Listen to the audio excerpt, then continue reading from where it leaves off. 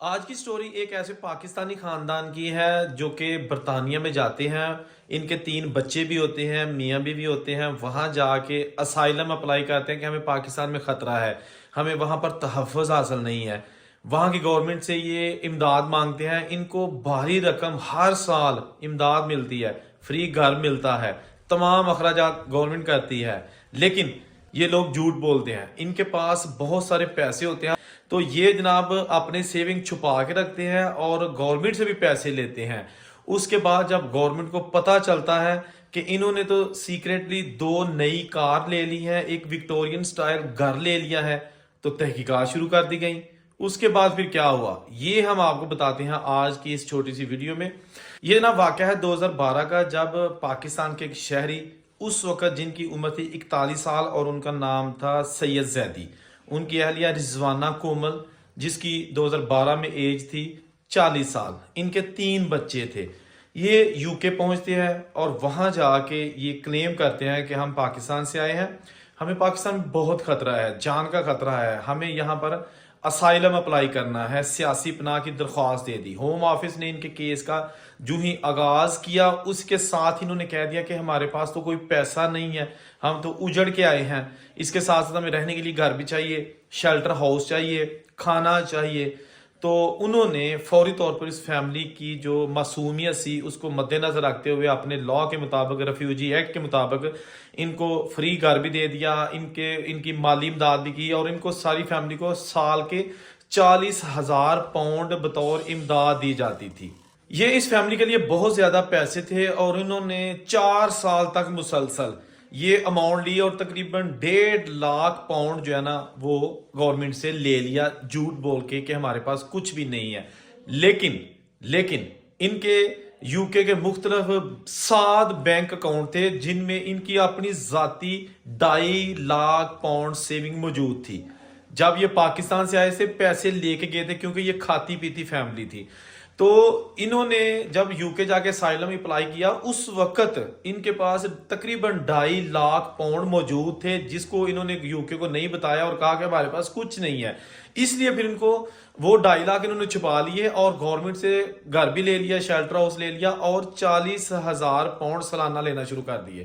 تو 2.5 لاکھ ایک ان کے پاس تھا, 1.5 لاکھ انہوں نے گورنمنٹ سے لے لیا. ان کے پاس کافی سیونگ ہو گئی اور ڈیفینیٹلی یہ جاب بھی وہاں پہ کرتے ہوں گے, چوری جو کیش ان ہینڈ کی جاب ہوتی ہے. تو انہوں نے کیا کیا کہ دیکھا نا کہ اب ہمارے پاس کافی جو ہے نا جمع پونجی ہو گئی ہے, انہوں نے 2 نئی گاڑیاں لے لی, 2 نئی برانڈڈ کار لے لی, وکٹورین سٹائل کا بڑا گھر خرید لیا. جب یہ ساری چیزیں ہو گئی تو گورنمنٹ کو پتا چل گیا, انہوں نے یا کسی نے شکایت لگا دی کہ جناب یہ دیکھیے یہ اسائلم سیکرز جو ہے نا انہوں نے بڑی امداد لی ہے, آپ ان سے پوچھیں کہ یہ اتنی جائیداد ان کی کہاں سے آ گئی.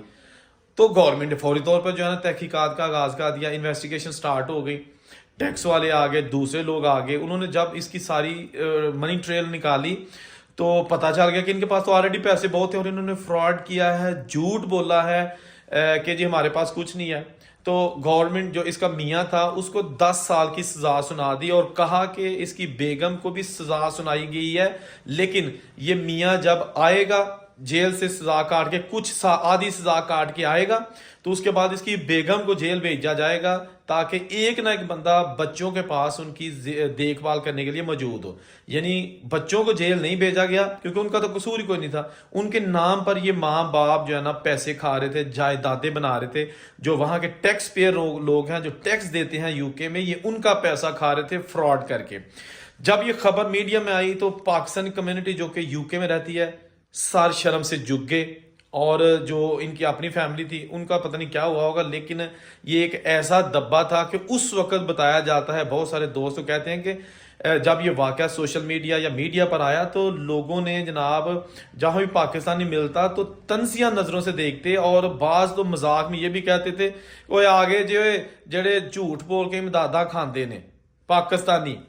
بہرحال دوستو یہ وہ واقعہ ہے کہ جس نے برطانیہ میں جو ہے نا وہ رہنے والے بہت سارے لوگوں کو اس وقت پریشانی میں مبتلا کیا. پھر جب عدالت نے فیصلہ کیا تو یہ مانچسٹر کے پاس رہتے تھے, تو عدالت نے کہا کہ آپ کے پاس جو 2 گاڑیاں ہیں نا وہ فوری طور پر بیچو اور جتنے بھی آپ نے پیسے ابھی تک گورنمنٹ سے لیے ہیں 1.5 لاکھ پاؤنڈ 4 سالوں میں وہ سارا واپس کرو. تو انہوں نے ایسے کیا, گاڑیاں بیچ دیں اور وہ پیسے واپس کیے. بدنامی جو ہے نا وہ ایکسٹرا, یعنی کہ بدنامی بھی حاصل کر لی, حاصل بھی کچھ نہ ہوا, کمیونٹی نے بھی گندے کر دیے گئے اور اس کے ساتھ ان کی تصویریں بھی سامنے آ گئی, نام سامنے آ گئے. لیکن یہ ایک واقعہ نہیں ہے, اس طرح کے بہت سارے ایسے ممالک ہیں جہاں پر یہ غیر ملکی جاتے ہیں, ان میں پاکستان بھی شامل ہے, دوسرے ملکوں کے بھی شامل ہیں. وہاں جا کے اتنی زیادہ مراد لیتے ہیں, جتنا بھی جھوٹ بول سکتے ہیں وہ بولتے ہیں. پچھلے دنوں فرانس میں ایک جاننے والا تھا, وہ بتا رہا تھا کہ ان کا ہمسایہ وہ بھی پاکستانی ہے, تو وہ جناب بالکل ہٹا کٹا تھا, 50 کے لگ بھگ اس کی ایج تھی, 48 ایئرس, اور اس کی بیگم تھی, بچے تھے, سارے کام کرتے تھے. لیکن اس نے گورنمنٹ کو کہا ہوا تھا کہ جی میں جو ہے نا وہ نہیں کام کر سکتا, مجھ سے کام ہوتا نہیں ہے, میری کمر میں درد ہے, معذور ہوں, مزدوری نہیں کر سکتا. تو گورنمنٹ اس کو, اس کی بیگم کو جو ہے نا وہ میڈیکل الاؤنس دیتی, پینشن الاؤنس دیتی, گھر کے خرچے کے لیے پیسے دیتی. لیکن یہ کام کرتے تھے, بیگم بھی کام کرتی تھی کلیننگ کا, اور یہ بندہ بھی کام کرتا تھا کسی جگہ پہ کیش ان ہینڈ کی جاب کرتا تھا. تو جناب یہ دونوں ہاتھوں سے گورنمنٹ کو لوٹ رہے تھے. کسی نے شکایت کر دی اور ان کو بھی گورنمنٹ نے کہا کہ آپ جتنے پیسے اب تک آپ نے لیے نا وہ واپس کرو. تو جو یو کے والی میں نے آپ کو پہلے سٹوری سنائی ہے وہ میں آپ کو مکمل کر دوں. میں جب آسٹریلیا میں موجود تھا تو وہاں پر بھی بہت سارے ایسے لوگ تھے, خاص طور پر لیبنیز, جو کہ وہاں پر کسی دور میں آ کے اسائلم لیا تھا. اب ان کی دوسری تیسری نسل وہاں پہ رہتی ہے. ان کی اکثریت بھی ایسی تھی کہ جنہوں نے کیسز اپلائی کیے ہوئے تھے کہ جی ہم سے کام نہیں ہوتا اور ہم یہاں کے سٹیزن ہیں, ہمیں امداد دی جائے. تو وہ جناب ایک تو بے روزگاری الاؤنس لیتے, دوسرا کام نہیں ہوتا اور اپنی مزدوری ظاہر کر دیتے, جو کہ جھوٹ بولتے, جعلی اپنے پیپرز میڈیکل کے بنا کے تو آفس جو ہے نا وہ جہاں سے پیسے ملتے ہیں, امداد ملتی ہے, ان کو جمع کروا دیتے. جیسے کہ آسٹریلیا میں اس کو سینٹرل لنک کہتے ہیں, سینٹرل لنک کے پیسے کھاتے تھے. تو ان میں سے بھی آئے روز لوگ جو ہے نا شکایتیں کر دیتے تھے اور اس کے بعد یہ پکڑے جانے کے واقعات سامنے آتے رہے تھے. یہاں ایک چیز میں کہنا چاہتا ہوں کہ باہر کے ملکوں میں جو لوگ پکے ہوتے ہیں نا ان کو بچوں کا خرچہ ویسے ہی ملتا ہے. مطلب ہے کہ جو چھوٹے ہوتے ہیں نا 18 سال سے کم عمر کے بچے, ان کو ویسے ہی گورنمنٹ پیسے دیتی ہے. بیوی جب کام نہیں کرتی اس کے پیسے مل سکتے ہیں. بندہ اگر کام کرتا ہے تو بھی پیسے ملتے ہیں, نہیں کرتا جھوٹ بولتا ہے کہ جی میرے پاس جاب نہیں ہے, میں کر نہیں سکتا, تو پھر بھی پیسے ملتے ہیں. لیکن جب گورنمنٹ کو پتا چلتا ہے نا کہ انہوں نے جھوٹ بول کے پیسے لیے تھے تو وہ نکلوانا بھی جانتی ہے.